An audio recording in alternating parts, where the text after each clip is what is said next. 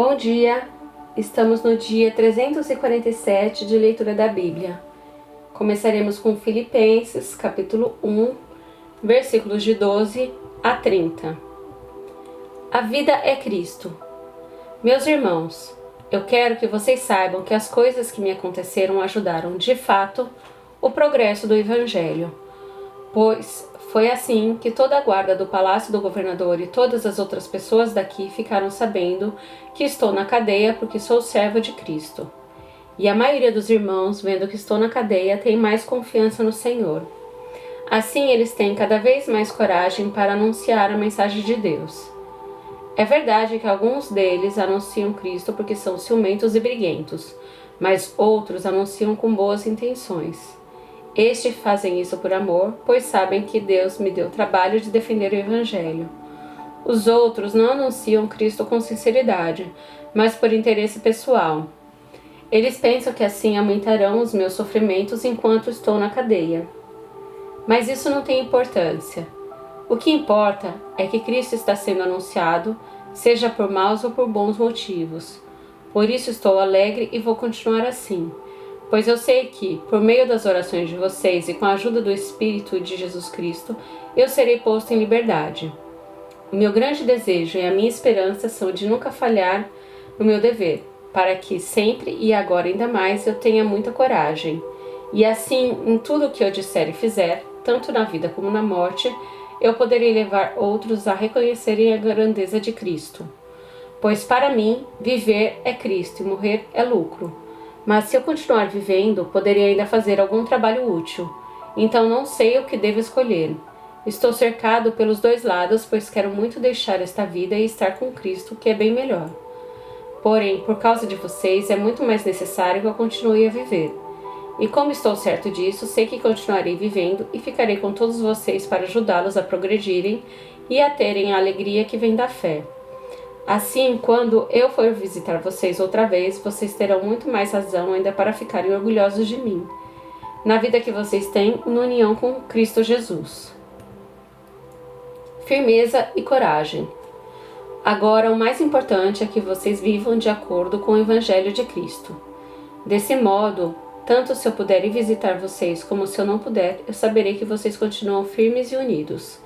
E saberei também que vocês, por meio da fé que se baseia no Evangelho, estão lutando juntos com um só desejo. Não tenham medo dos seus inimigos.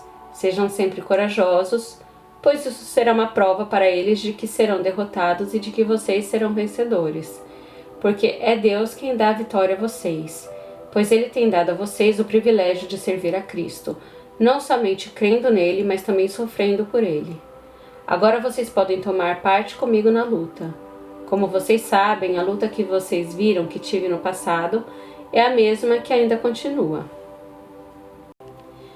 Ezequiel, capítulo 19. Uma canção de tristeza. O Senhor Deus me mandou cantar uma canção de tristeza a respeito de 2 reis de Israel. Quileoa era sua mãe. Ela andava com um bando e criava os filhotes no meio dos leões. Ela criou um filhote e o ensinou a caçar, e ele se tornou um devorador de gente. As nações ouviram falar dele e o apanharam numa cova. Puseram uma argola no nariz dele e o arrastaram para o Egito. A leoa viu que as suas esperanças estavam perdidas. Aí criou outro filhote e ele se tornou um leão feroz. Quando já estava crescido, andava com outros leões. Aprendeu a caçar e se tornou um devorador de gente. Destruiu fortaleza e arrasou cidades. Cada vez que ele rugia, o povo da sua terra tremia de medo. Os povos se reuniram para combatê-lo. Veio gente de todos os lados, estenderam as suas redes de caça e o pegaram na armadilha. Puseram uma argola no nariz dele e o puxaram para dentro de uma gaiola. Então o levaram para o rei da Babilônia. Eles o deixaram preso para que nunca mais se ouvisse o seu rugido nos montes de Israel. A parreira seca. Israelitas, a mãe de vocês era como uma parreira plantada perto de um ribeirão. Ela estava cheia de galhos e produzia muitas uvas porque havia bastante água. Os seus galhos eram fortes e cresceram até se tornarem cedros reais. A parreira cresceu tanto que os seus galhos chegaram até as nuvens. Todos viram como era alta e cheia de galhos. Porém, mãos furiosas a arrancaram pela raiz e a jogaram no chão. O vento leste secou as suas uvas. Os seus galhos foram quebrados. Elas secaram e foram queimadas. Agora, a parreira está plantada no deserto, numa terra seca e sem água. O seu tronco pegou fogo. O fogo destruiu seus galhos e as uvas. Os seus galhos nunca mais serão fortes, nunca mais serão cetros reais. Esta é uma canção de tristeza que tem sido cantada muitas vezes. Isaías, capítulo 48. O Senhor anuncia coisas do futuro. Povo de Israel, escute. Escutem, descendente de Judá. Vocês juram pelo nome do Senhor e dizem que adoram ao Deus de Israel, mas nisso não são honestos nem sinceros. Vocês dizem que são moradores da cidade santa e que confiam no Deus de Israel, naquele que se chama Senhor Todo-Poderoso. O Senhor diz a vocês: há muito tempo eu falei de coisas do futuro, disse claramente o que ia acontecer. De repente agi e tudo aconteceu como eu tinha dito. Eu sabia que vocês são teimosos, que são duros como o ferro ou o bronze. Por isso falei dessas coisas há muito tempo. Antes que elas acontecessem, eu as havia anunciado a vocês. Portanto, vocês não podem dizer que foram as suas imagens e os seus ídolos que fizeram essas coisas acontecerem. Tudo aconteceu como eu tinha dito, e vocês precisam reconhecer que falei a verdade. Mas agora vou falar de coisas novas, de coisas secretas que vocês ainda não conhecem. Só agora é que vou fazer com que aconteçam.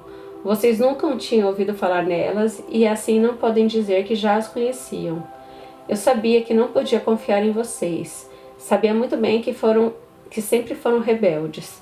Por isso, vocês não tinham ouvido essas coisas, não sabiam que elas iam acontecer. Eu poderia ter descarregado a minha ira sobre vocês e os poderia ter destruído completamente, mas isso teria trazido desonra para o meu nome. Portanto, tive paciência com vocês, pois eu sou Deus e mereço que me louvem. Eu os fiz sofrer, mas foi para purificá-los, como a prata é purificada na fornalha. É por amor ao meu próprio nome que vou agir. Não permito que o meu nome seja profanado. Não deixe que nenhum outro Deus receba o louvor que somente eu mereço. O Senhor salvará o seu povo. O Senhor Deus diz: escute, povo de Israel, o povo que eu escolhi. Eu, Senhor, sou o único Deus. Sou o primeiro e o último. Com as minhas mãos coloquei a terra no seu lugar e estendi o céu. Dei uma ordem e eles começaram a existir. Reúnam-se todos e escutem. Nenhum dos deuses anunciou que ia acontecer isto. O homem que eu, o Senhor, amo, fará o que eu quero e com o meu poder atacará a Babilônia. Fui eu mesmo quem o chamou. Dei a ordem e ele veio.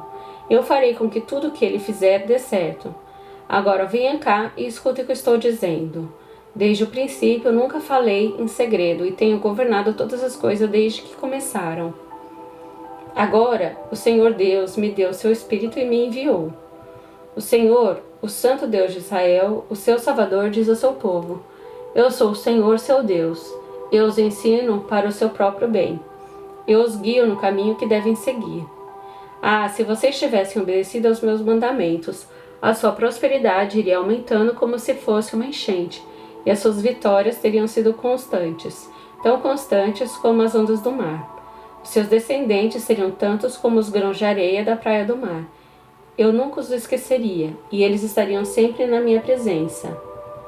Saiam da Babilônia, fujam de lá. Com gritos de alegria anunciem esta boa notícia ao mundo inteiro. O Senhor salvou o seu servo, o povo de Israel. Quando Deus guiou o seu povo pelo deserto, ninguém ficou com sede. Ele fez com que corresse água da rocha, ele partiu a rocha e a água jorrou.